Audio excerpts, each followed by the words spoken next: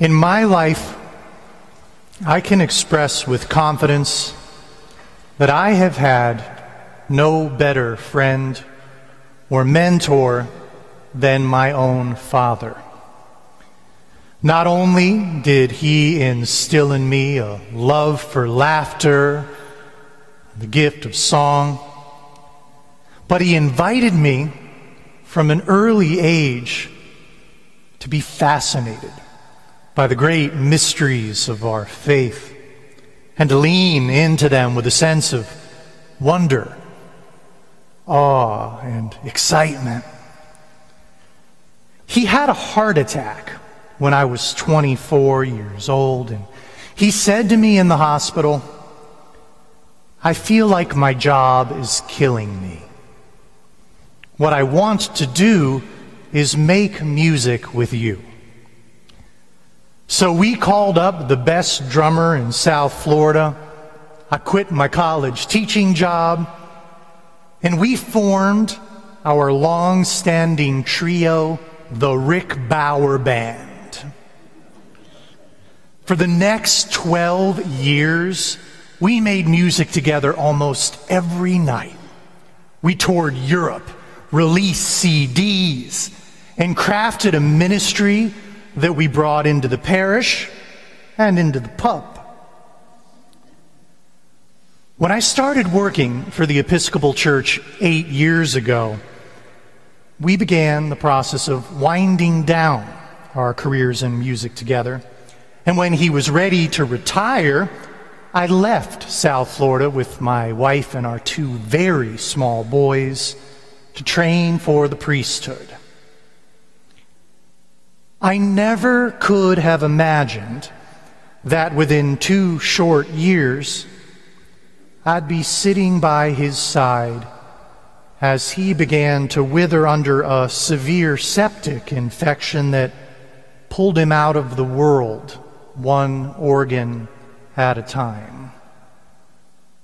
After an exhausting battle, I held his hand while he took his final breath, with our mutual friend, one Peter Eaton, beside us praying him out of the world. It's not priestly jargon to say that I experienced my father's passing as one of the single most grace-laden experiences of my life. Nothing had been left unsaid between us, and he was ready to go. So, with my heart broken into a million pieces, I was overwhelmed by holy gratitude as I felt life leave my father's body. Settling into the web of emotions that come with grieving in the weeks that followed, I decided that I needed time set apart to work through what was the most significant change that I had ever experienced. So I placed some of my father's ashes in a plastic container, loaded up a backpack, and boarded a plane to India.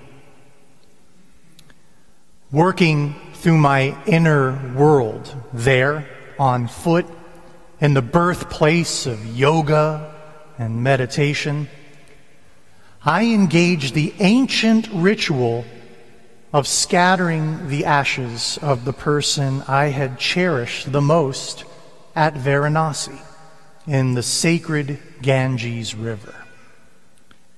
Roaming India, I visited the place where Mahatma Gandhi held audience, saw the Taj Mahal, retraced the steps of the Buddha. But the journey called me even more off of the beaten path to visit the place outside of Rishikesh where the members of the Beatles were transformed by their experiment with transcendental meditation.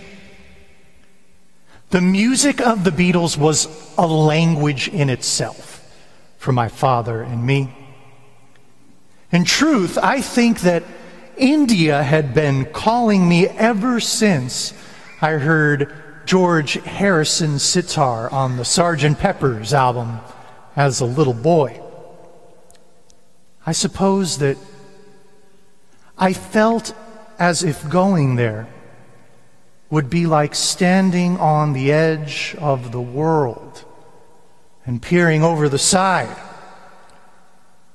catching a glimpse of what might lay beyond the event horizon of the life that I had known. What I certainly didn't know was that the former ashram of the Maharishi Mahesh Yogi had long been overtaken by the jungle.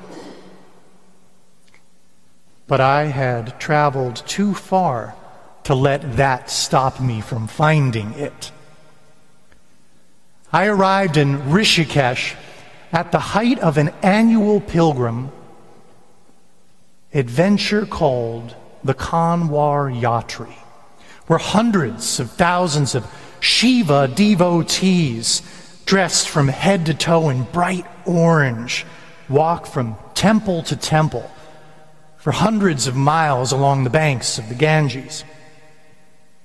And so I walked as a lone Westerner in an ocean of pilgrims, crossing the great wooden bridge that connects the ancient city over the Ganges, flowing through her center.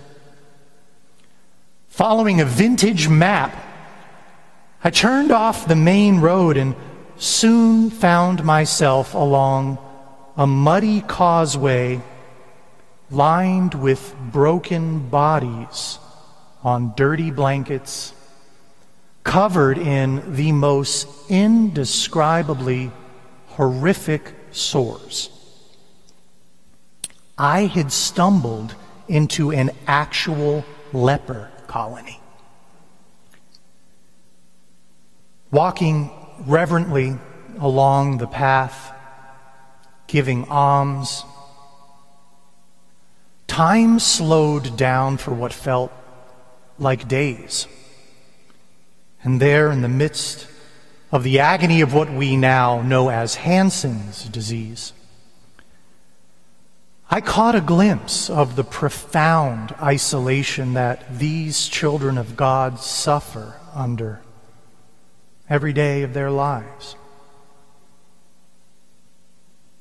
There with those lepers, I could see clearly that no one dares look upon the misshapen bodies and the festering open sores covering these people. No one dares to come near them for fear of contagion. They're cut off from society. They are untouchable. Frozen there,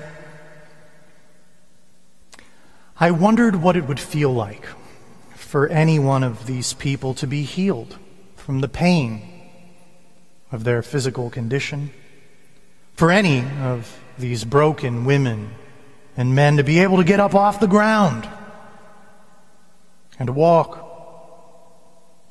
I wondered what it would be like for any one of them to engage the kinship of the thousands of pilgrims on the main road and to share in the celebrations whose faint echoes could be heard in the distance. In that place, I thought about our text. How when Jesus heals the 10 lepers, he gives them nothing short of the possibility of meaningful lives. And on that path there in Rishikesh, I could imagine how transformative it would be for any one of those luminous souls lining the muddy road to let go of the pain and the isolation that was their life, and how God would be magnified by the astonishment of the people who would see the healing power of a loving and a merciful Creator. Certainly that would be enough to make angels sing. And yet, in our gospel, we hear of one who cannot be restored to community because he is irreconcilably other, outside of Israel's fold, a Samaritan. So while the others will show themselves to the priests and go on to break bread with their sisters and brothers, the Samaritan will remain on the outside. It almost renders this miracle story tragic. But while the wounds of Israel's most afflicted and cast aside have been healed by the Christ in our text, we notice that it is actually the outsider who has the capacity to comprehend the full force of God's grace. The Samaritan is overwhelmed with gratitude for being physically healed. And we're told that it is in the expression of this heartfelt appreciation that Jesus declares that this person has not only been healed, but has been made well. That is to say, has been rendered whole. Indeed, Luke reminds us here that our fullness is in no way merely skin deep. We can be made well in this life and yet remain broken. We can appear clean. We can seem perfectly put together. But the thoughts of our hearts determine whether we're truly connected to or cut off from our God, our neighbors, ourselves. And perhaps it's because of this that we're invited by our gospel to recognize that we're made whole through our attitudes toward life. Our incarnate faith calls forth a radical and a mystical hope in which we give thanks for the countenance of resurrection upon the very face of death itself. As I walked the dirt paths that day in Rishikesh, I realized that I was continuing my life's journey with my Father beyond the grave. That I was traveling through that jungle with Him.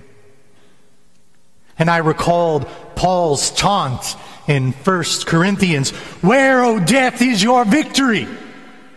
Where, O death, is your sting?" And when I finally discovered the halls where John, Paul, George, and Ringo learned how to meditate, I felt as if my dad was truly seeing them too. Like I really had brought him there with me. And in that tactile resurrection experience, my gratitude made me whole. And it brought me home to my sons, in whom my Father dwells. We lift up our hearts each and every time we bless the Lord. And it is right to give God our thanks and praise. Amen.